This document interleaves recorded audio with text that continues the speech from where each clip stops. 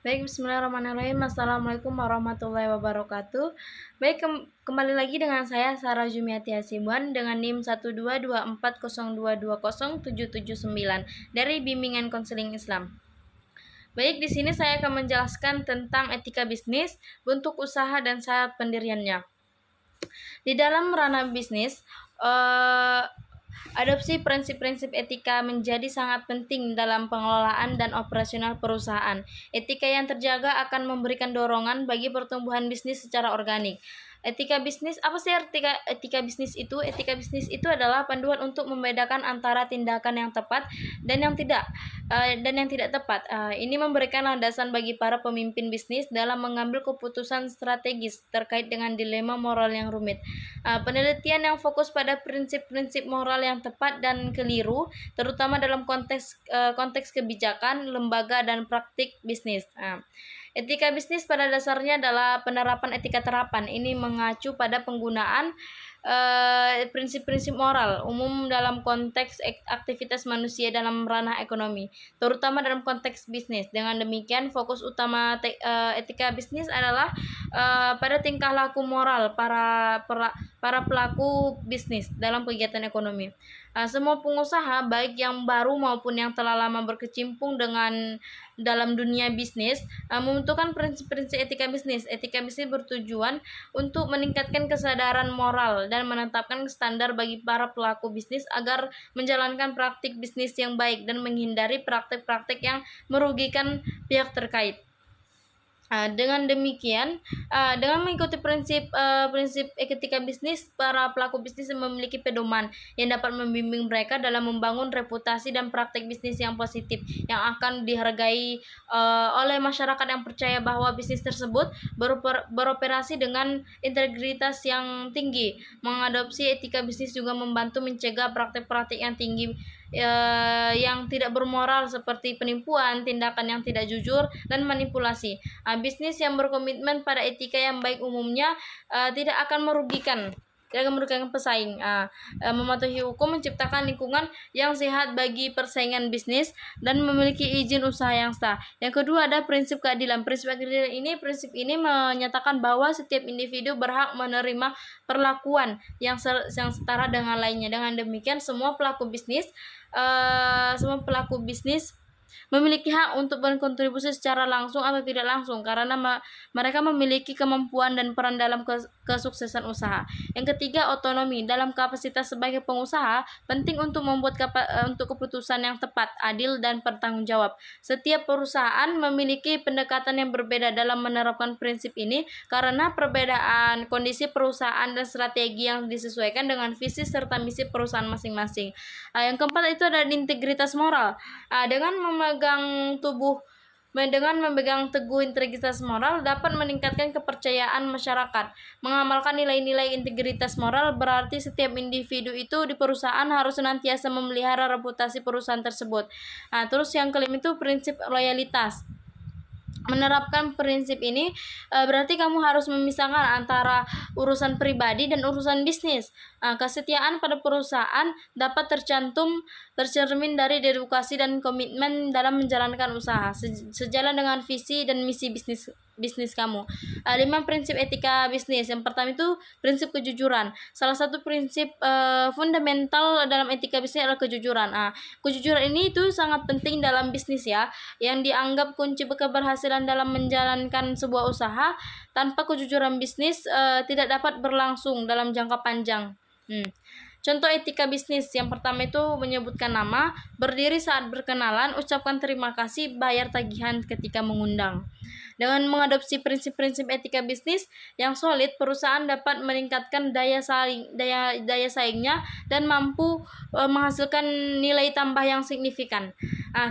Selanjutnya saya akan menjelaskan bentuk usaha dan syarat pendiriannya. Badan usaha merupakan entitas organisasi yang bertujuan untuk menghasilkan barang atau jasa barang atau jasa guna untuk memenuhi kebutuhan manusia dengan maksud mencapai profit. Dalam konteks lain, badan usaha adalah sebuah kesatuan hukum, teknis dan ekonomis yang bertujuan untuk meraih keuntungan. Nah, tipe badan usaha itu ada dua. Yang pertama, badan usaha negara dan badan usaha swasta. Badan usaha negara itu merupakan badan usaha di mana sebagian besar atau seluruhnya dimiliki oleh pemerintah. Sedangkan swasta merupakan badan usaha di mana sebagian besar atau seluruhnya dimiliki oleh entitas swasta. Selanjutnya bentuk badan usaha itu ada 5. Yang pertama itu perseorangan, firma, CV, PT, dan BUMN. Nah, perseorangan ini perusahaan perseorangan adalah usaha yang dimiliki, dijalankan dan didanai sepenuhnya oleh individu yang juga bertanggung jawab atas risiko yang terkait dengan usaha tersebut. Yang kedua, firma. Firma mirip dengan CV ya, tetapi perbedaannya terletak pada kenyataan bahwa kedua belah pihak secara bersama-sama mengoperasikan bisnis dan memiliki keterkaitan hukum dengan pihak ketiga. Selanjutnya ada CV. CV adalah entitas bisnis yang didirikan oleh 2 orang atau lebih dengan tujuan bersama, di mana setiap anggota memiliki tingkat keterlibatan yang berbeda. Ada yang secara aktif mengelola usaha dengan menggunakan harta pribadi, sementara yang lain hanya menyertakan modal tanpa harus menggunakan aset pribadi saat menghadapi krisis keuangan. Anggota yang aktif dalam mengurus perusahaan CV disebut sebagai sekutu aktif, sementara yang hanya menyumbangkan modal disebut dengan sekutu pasif. Di sini terdapat ciri dan sifat CV. Yang pertama itu sulit untuk menarik modal yang telah disetor. Yang kedua, modal besar karena didirikan banyak pihak. Yang ketiga, mudah mendapatkan kredit pinjaman. Yang keempat, ada anggota aktif dengan tanggung jawab tidak terbatas dan ada yang pasif. Selanjutnya, relatif mudah untuk didirikan. Kelangsungan hidup perusahaan CV tidak menentu. Jadi meskipun CV dapat memberikan keuntungan dalam hal modal besar dan kemudahan pendirian, tetapi memiliki risiko dalam hal kelangsungan hidup perusahaan dan sulitnya menarik modal yang telah disetor. Selanjutnya ada PT. PT sebuah entitas bisnis yang disebut perseroan terbatas, merupakan suatu organisasi yang memiliki status hukum resmi dan dimiliki oleh paling sedikit 2 individu, dengan bertanggung jawab yang terbatas hanya pada perusahaan itu sendiri, tanpa melibatkan aset pribadi dari para pemiliknya dalam PT. Dalam PT, pemilik modal tidak diwajibkan untuk mengelola langsung perusahaan karena mereka dapat menunjuk individu lain di luar pemilik modal untuk mengambil peran manajerialnya. Pendirian PT membutuhkan modal minimal tertentu dan memenuhi berbagai persyaratannya. Selanjutnya, ciri dan sifat PT di sini juga ada ya.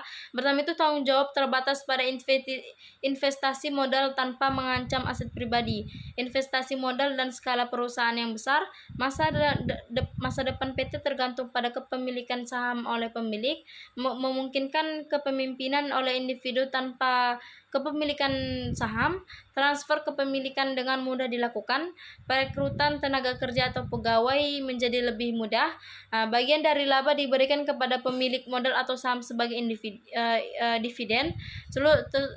Seterusnya, otoritas dewan direksi lebih dominan daripada pemegang saham.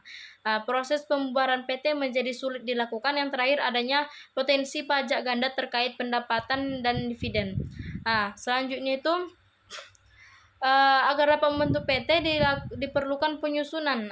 Proses pendirian PT itu diperlukan penyusunan akta resmi oleh seorang notaris yang mencakup informasi seperti nama alternatif perusahaan, modal, sektor usaha dan lainnya. Dengan dokumen ini kemudian harus disahkan oleh Kementerian Hukum dan Hak Asasi Manusia atau HAM. Selanjutnya itu ada BUMN. BUMN singkatan dari Badan Usaha Milik Negara adalah entitas bisnis yang dimiliki oleh pemerintah. Menurut definisi secara umum, BUMN adalah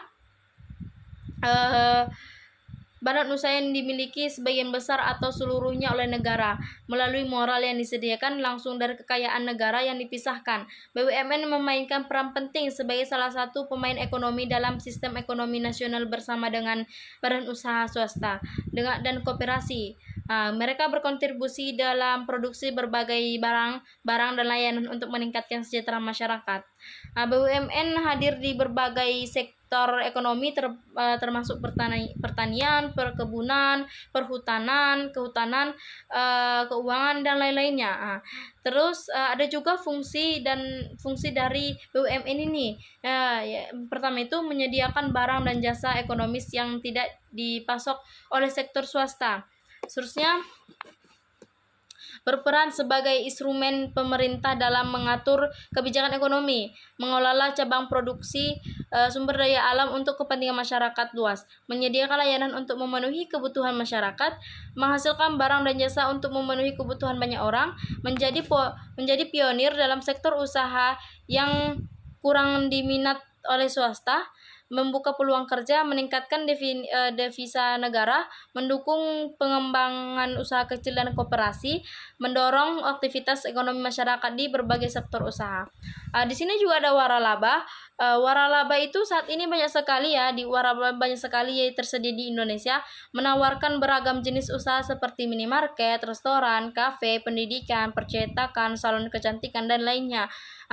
Franchise adalah perjanjian bisnis di mana pemberi waralaba memberikan hak kepada penerima waralaba untuk memanfaatkan dan menggunakan keyakinan intelektual, penemuan atau ciri khas usaha yang dimilikinya. Pemberi waralaba adalah entitas atau individu yang memberikan hak ini, sedangkan penerima waralaba adalah pemberi waralaba adalah entitas atau individu yang memberikan hak ini, sedangkan penerima waralaba adalah pihak yang diberikan hak tersebut untuk digunakan. Baik, mungkin hanya sampai di sini yang bisa saya jelaskan. Apabila ada kekurangan, mohon maaf. Wabillahi taufiq wal hidayah, wassalamualaikum warahmatullahi wabarakatuh.